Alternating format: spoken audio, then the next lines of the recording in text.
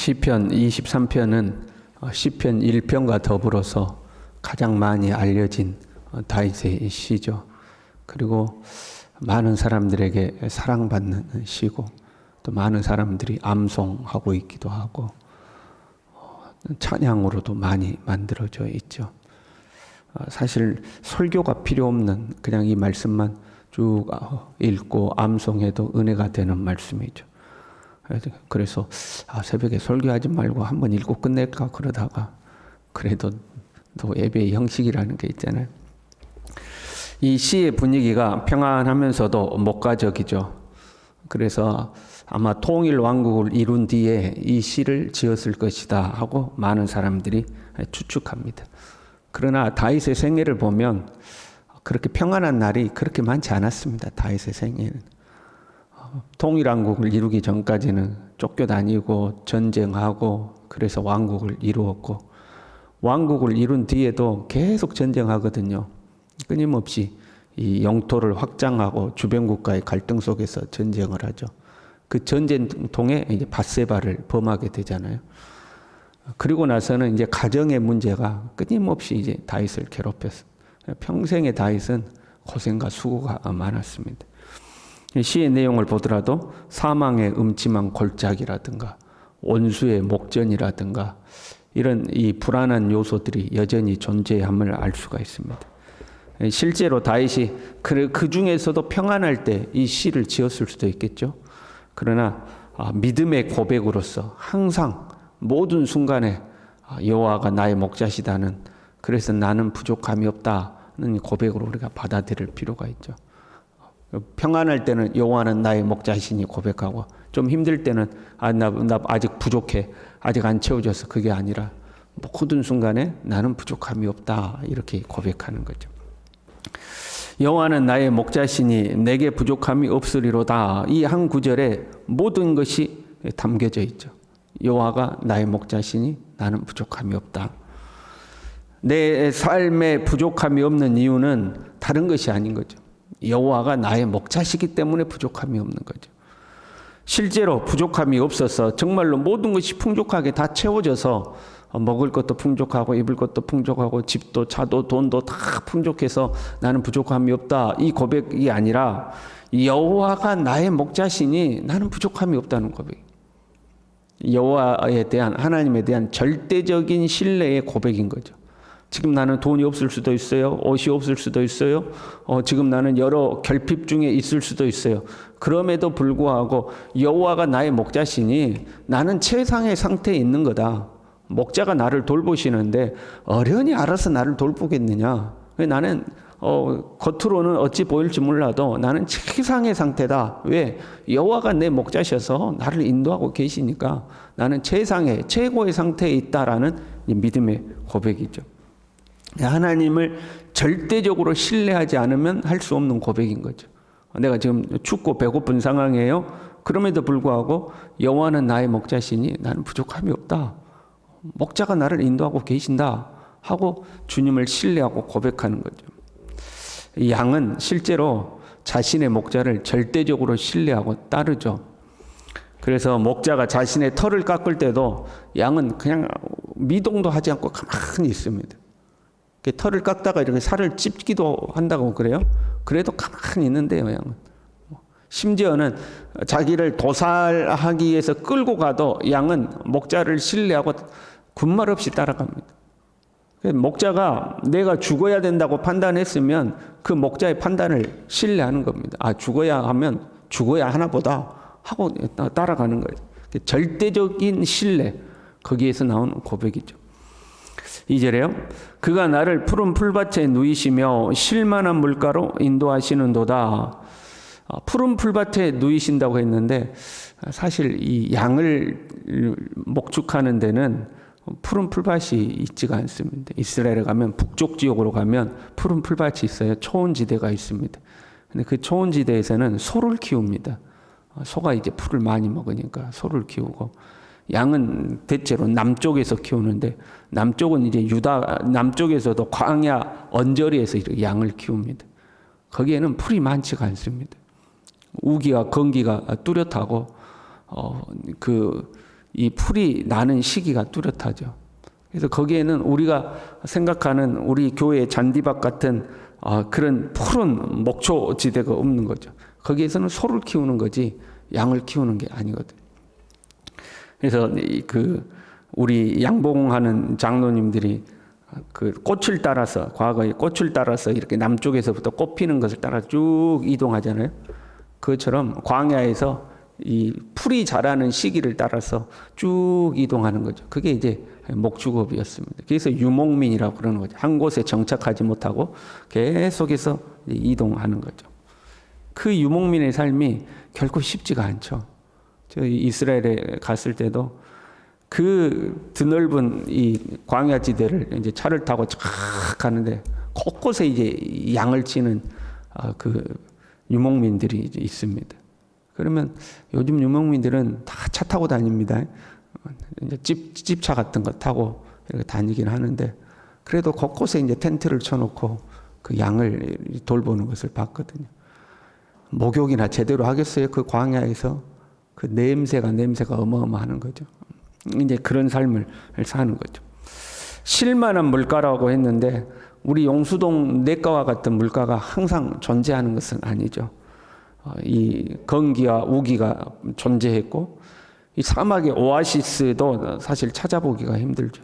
유대 광야를 제가 쭉 가로질러 가는데 어디에서 물소리가 들려요. 가봤더니 이 광야와 광야 사이에 깊은 계곡이 있는데 그 계곡에는 물이 콱콱콱 흐릅니다. 그리고 이제 이렇게 지상에서 보면 이런 흑색이죠. 흑색이 쫙 펼쳐져 있는 광야인데 그 깊은 계곡 속에 물이 흐르는데 거기에는 초록빛이 있습니다. 나무가 우거져 있는 거, 그 계곡 사이로. 거기에는 뭐가 있냐면 휴양지가 조성되어 있었습니다. 그런 좋은 곳에는 애나 지금이나 부자들이 가가지고 쉬고 즐기고 노는 곳이죠. 그런 곳에서는 양을 못 칩니다. 땅이 비싸가지고. 그렇잖아요. 이제 그런 거예요. 드넓은 광야에서 가다 보면 또 재밌는 것이 있어요. 그 광야를 쭉 가다 보면요. 우리 이 예배당만큼한 물 웅덩이가 있습니다. 그럼 어떻게 알고 다 와서 거기서 수영하고 있습니다. 사람들이. 지나가다가 그 인근에 마을이 있는 게 아니에요. 광야 중간에 이렇게 물 웅덩이가 있어요. 그럼 사람들이 수영복 가지고 와가지고 거기서 수영하고 놀고 있습니다. 그런 이제 중간중간에 그런 물들이 있는 거죠. 그는 목자가 아니면 갈 수 없는 곳이죠. 목자가 양을 데리고 가야 가서 물이나 먹는 거지 양 혼자는 그런 물을 찾을 수가 없는 거죠.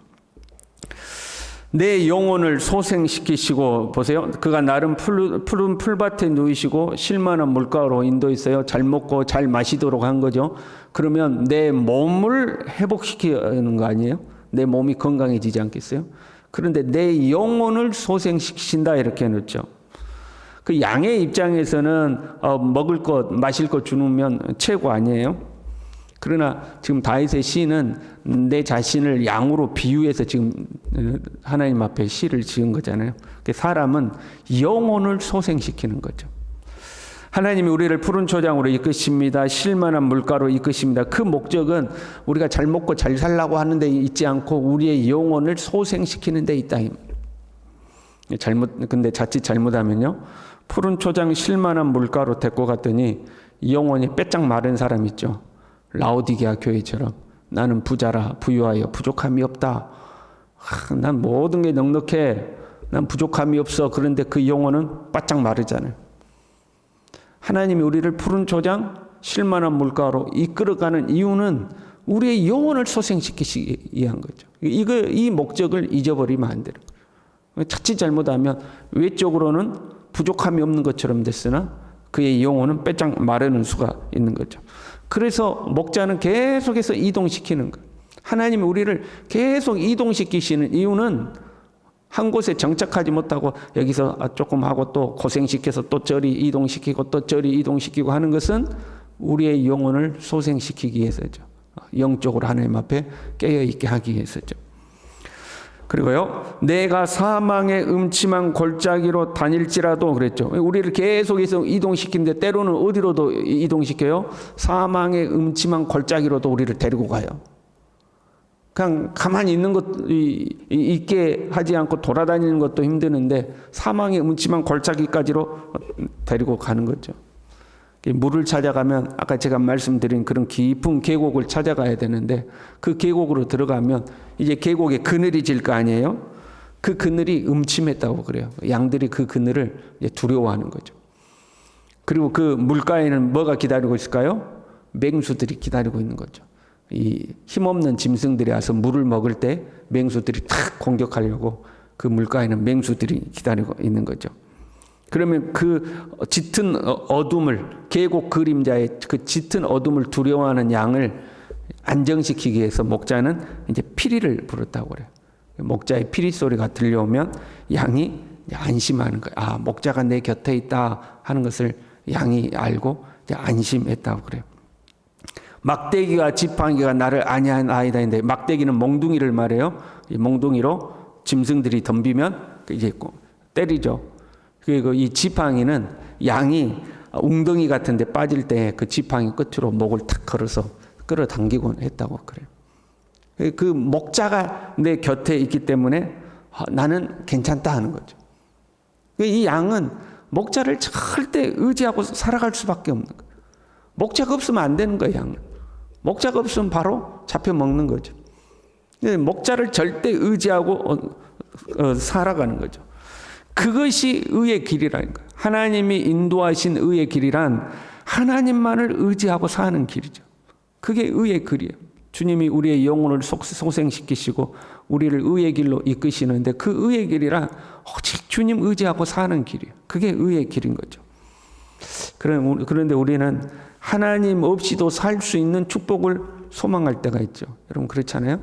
하나님 앞에 그만 좀 기도하고 달라고 그만 좀 기도하고 축복해 달라고 그만 좀 기도하고 기도 안 해도 좀 넉넉했으면 좋겠고 그렇잖아요. 하나님의 특별한 도움 없이도 내가 넉넉하게 살 수 있는 그런 게 있었으면 좋겠잖아요. 그런데 그게 아니라는 거예요. 하나님을 의지하고 살 수밖에 없는 거 그게 의의 길인 거죠. 온수의 목전에서 그랬어요. 이게 온수의 목전에서 내게 상을 차려주시고 맹수들이 지켜보고 있는 가운데에 먹을 걸 주는 거죠. 맹수들은 광야에 항상 존재하니까. 그래서 아까 이제 피리를 불어서 안정시켰다고 그랬잖아요. 피리와 함께 이제 목자들이 물맷돌을 가지고 다니는 거죠. 그래서 이 맹수들이 나타나면 물맷돌로 탁 공격하는 거죠. 맹수들이 항상 존재하는 거예요. 양에게는 맹수가 존재하지만 우리의 삶에는 위험 요소들이 항상 존재하는 거죠. 우리의 삶에 위험 요소가 없어지는 것이 아니라 그 위험 요소가 있는 가운데 하나님은 우리에게 상을 차려주시는 거예요. 우리를 먹이시는 거죠. 그 안에서 먹이시는 거죠. 두려워하지 말아라. 염려하지 말아라. 내가 너와 함께 있다. 걱정하지 마. 하고 그 안에서 이제 상을 차려주는 거죠. 그리고 기름을 바르신다고 그랬죠. 그 두려워서 잠을 못 드는 양들에게 기름을 발라서 심신을 안정시켰다고 그래요. 그래서 이제 기름을 발라주는 거예요. 그 양이 여전히 맹수들이 존재하고 여전히 두려워서 잠 못 이루는 문제들이 여전히 존재한다는 거예요. 여러분 평생에 우리 삶에는 이 문제가 사라지지 않습니다. 평생에 우리는 맹수와 같은 문제들이 우리의 주변에 우리를 도사리고 있고 때로는 잠 못 자고 근심하고 고민하고 잠 못 드는 밤을 지속할 수밖에 없는 그런 일들이 우리의 삶에 존재한다 이 말이죠. 그럼에도 불구하고 왜 우리는 푸른 풀밭이고 쉴만한 물가라고 고백하는가? 목자가 함께하고 있기 때문에 그런 거죠. 다른 이유가 아니에요. 모든 문제가 다 해결되고 진짜로 맹수도 싹 사라지고 그냥 아주 진짜로 푸른 풀밭 쉴만한 물가에 배가 터지게 먹고 들어 누워 있어도 아무 문제가 없는 그런 상황이기 때문에 푸른 풀밭 쉴만한 물가 이렇게 고백한 게 아니고 여호와가 나의 목자시기 때문에 이곳이 곧 푸른 풀밭이요 이곳이 곧 쉴만한 물가요 내가 부족함이 없다 그렇게 고백하는 거죠. 이 고백이 저와 여러분의 고백이 될 수 있기를 바랍니다. 주님 때문에 기쁘고 주님 때문에 감사하고 내 삶에 여전히 어려움이 있지만 그 안에서 주님을 찬양하고 주님이 주시는 기쁨을 누리고 그렇게 사는 거죠. 그러기 위해서는 목자가 이끄는 대로 따라가야 되는 거죠. 딴 길로 가면 안 돼요. 이사야 53장에 보면 우리는 다 양 같아서 그릇 행하여 각기 제 길로 갔거늘 이렇게 돼요. 목자만 따라가면 되는 거예요. 목자만 따라가면 결국 누가 책임져요? 목자가 책임지는 거죠. 양은 목자만 따라가면 돼. 그 길이 무슨 길이든 목자만 따라가면 돼. 그런데 우리가 각기 제 길로 가거든요. 양이요. 제가 이제 양은 목자를 절대 신뢰한다고 그랬잖아요. 그런데 가만 보니까 말 안 듣는 양들도 많더라고. 제가 양 치는 곳에 가서 봤더니 그 광야 언덕에서요, 염소하고 양을 같이 풀어놨더라고요. 그래가지고 이 일종의 작은 산과 같은 언덕이죠. 그런 언덕 같은 데가 이렇게 있어요. 그래서 해가 이제 지려고 그러니까 목자가 이제 양들과 염소를 부르면 매 하면서 이렇게 이제 집으로 산 아래로 내려옵니다. 그 언덕 같은 산 아래로 이렇게 양과 염소들이 매 내려오는데 제가 놀란 것은 양이 더 잘 올 것 같아요? 염소가 더 잘 올 것 같아요? 염소가 훨씬 빨리 옵니다. 염소가 동작도 빠르고 흐트러지지 않고 집으로 염소들은 다 들어오는데 양은 일부는 들어왔는데 일부는 오다가 딴청 피워요. 3, 4, 5 모여가지고 여전히 풀 뜯고 있는 놈들도 있고 이제 멀리서 봐서 정확히 안 보이는데 뭐하고 있는지 몰라도 자기들끼리 모여가지고 해찰 부린 놈들이 그렇게 많아. 그럼 목자가 막 소리를 지릅니다. 그래도 안 와. 그럼 어쩐지 아십니까? 돌을 집어가지고 막 돌을 던져요. 그러면 양들이 놀래가지고 정신 차리고 오고 그래요. 양이 해찰이 많더라고. 염소가 더 똑똑한 것 같아. 그냥 염소들은 알아서 집으로 다 와요. 염소는 다 왔는데 양들은 안 오고 해찰 부리고 있어요. 그러니까 우리가 해찰을 부리면 안 돼. 딴 길로 가면 안 되고 목자의 음성을 듣고 목자가 오라는 대로 가라는 대로 잘 따라가는. 그래서 평생에 우리도 다윗처럼 여호와는 나의 목자시니 내게 부족함이 없다 고백하며 살 수 있기를 바랍니다. 기도하겠습니다. 하나님 아버지, 이 시편 23편이 우리의 고백이 되게 하여 주시옵소서. 주님이 나의 목자시니 나는 부족함이 없다. 때를 따라서 푸른 초장으로 이끄시고 실만한 물가로 인도하시며 내 영혼을 소생시키시고 나를 의의 길로 인도하시고 때로 사망의 음침한 길로 이끄는 것 같아도 가고 보니 그곳에 푸른 초장이 있고 실만한 물가가 있고 맹수들이 나를 노리고 있을지라도 이 사건 사고 많은 이 세상 속에서도 주님이 나를 보호하시고 나에게 먹을 것을 주시고 나를 편히 쉬게 하신다고 내가 평생에 여호와의 집에 영원히 거할 것이라고 그렇게 고백하고 살 수 있도록 주님 우리 모두를 붙들어 주시옵소서. 예수님의 이름으로 기도 올리옵나이다. 아멘.